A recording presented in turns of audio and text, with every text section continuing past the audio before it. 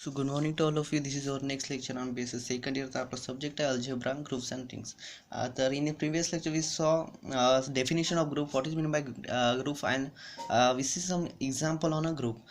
So next topic is the composition modulo n. So there is a three types. So first type is a congruence modulo n.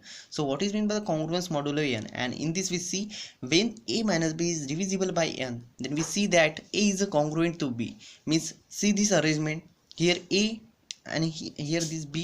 ठीक आहे, याला आपण study कसं करू शकतो की ए कॉन्ग्रुएंट बी मॉड्युलो एन. ठीक आहे, आता इथे काय म्हटलं आहे, ए निगेटिव्ह बी म्हणजे ए आणि इथे आहे बी. या दोघांचं जर सबस्ट्रॅक्शन केलं आणि या दोघांचं सबस्ट्रॅक्शन हा डिव्हिजिबल बाय एन असेल, यांनी जर डिवाइड होत असेल म्हणजे एक्झॅक्ट तिथे डिवायजिबल असेल, तर आपण त्याला म्हणू की ए हा काय होणार, डिव्हिजिबल बाय बी होणार. Sorry, A is congruent to B होणार. ठीक आहे, तर here the operation A minus B is a ordinary subtraction. इथे काय जे ऑपरेशन दिलेलं आहे हे काय ऑर्डिनरी सबस्ट्रॅक्शन आहे, जे आपण नॉर्मली सबस्ट्रॅक्शन करतो ते.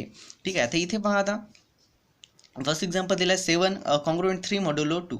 आता इथे एची व्हॅल्यू काय 7 आहे आणि बीची व्हॅल्यू काय बी आहे. तर या दोघांचं जेव्हा सबस्ट्रॅक्शन करू, बघा इथे 7 - 3, आता इथे 4 आला आणि ही डिव्हिजिबल बाय 2 आहे का, हो. ठीक आहे, डिव्हिजिबल बाय 2 ही झाली यांची व्हॅल्यू.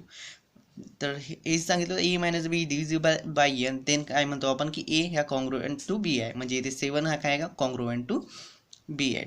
बी इथे बीची व्हॅल्यू इथे 3. ठीक आहे, 7 is congruent to B. Next example दिला आहे -8 कॉन्ग्रुएंट 1 मॉड्युलो 3.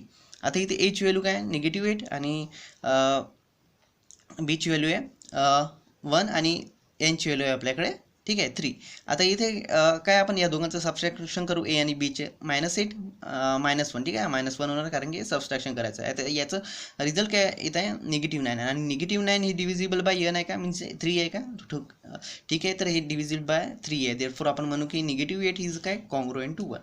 आता इथे याच्या काही प्रॉपर्टीज आहेत.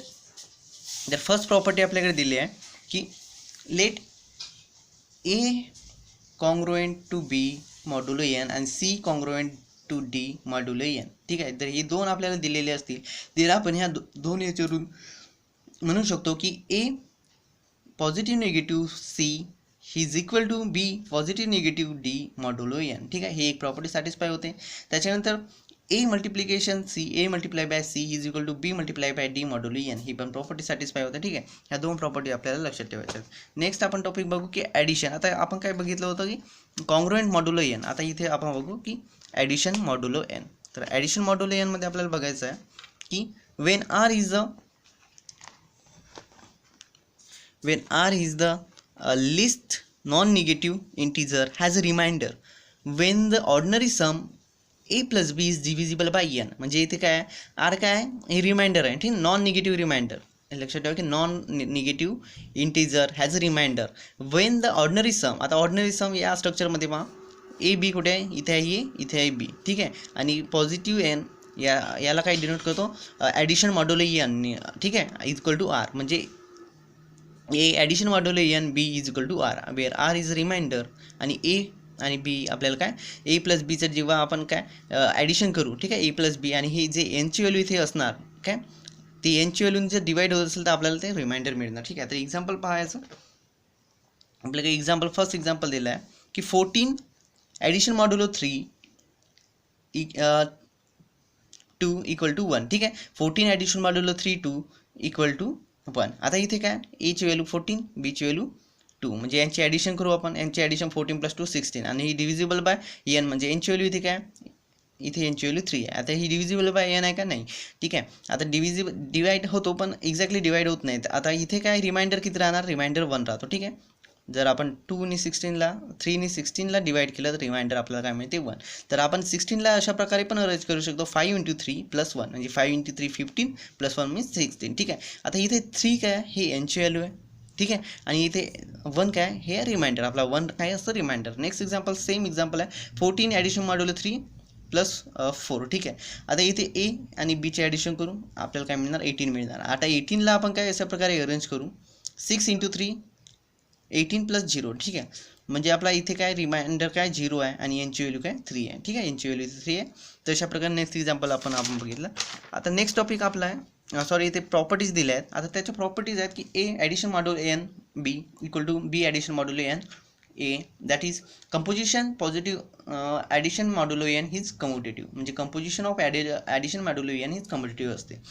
ही प्रॉपर्टी एक. आता सेकंड प्रॉपर्टी आपल्याला दिली आहे ए ॲडिशन मॉड्युलो एन प्लस बी, याला आपण असं पण लिहू शकतो ए ॲडिशन ए प्लस बी मॉड्युलो एन. ठीक आहे, म्हणजे ही व्हॅल्यू या व्हॅल्यूच्या इक्वल असते आणि ही व्हॅल्यू या व्हॅल्यूच्या इक्वल असते. ठीक आहे, नेक्स्ट आपल्याला टॉपिक दिला आहे मल्टिप्लिकेशन मॉड्युलो एन. आता मल्टिप्लिकेशन मॉड्युलो एन सेम ॲडिशनच्या जागी फक्त इथे मल्टिप्लिकेशन आपल्याला दिलेलं आहे की if R is a least non negative negative integer, least negative integer किंवा नॉन निगेटिव्ह इंटिजर म्हणू शकतो, has remainder when the ordinary product, आपण त्या ए आणि बीचं जेव्हा प्रोडक्ट करू आणि ते डिव्हिजिबल बाय एन असेल तर आपल्याला काय मिळेल इक्वल टू आर म्हणजे रिमाइंडर, म्हणजे A addition modulo multiplication modulo N B is equal to R, म्हणजे कंपोजिशन या कंपोजिशनला आपण म्हणजे याला कशाने डिनोट करतो, याला डिनोट करतो मल्टिप्लिकेशन मॉड्युलो एनने. ठीक आहे, आता एक्झाम्पल पाहू.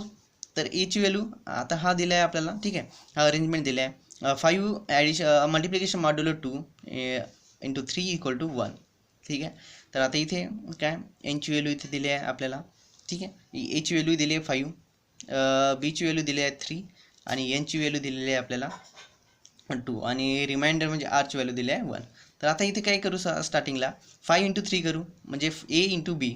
ठीक आहे, ए इंटू बी आपल्याला 15 मिळालं. आता 15ला कशा प्रकारे अरेंज करू, 7 इंटू 2 म्हणजे 14 प्लस 1. आता इथे 2 काय, इथे 2 आपल्याला एन म्हणजे ज्यांनी आपण डिवाईड करतो आणि रिमाइंडर काय आपला.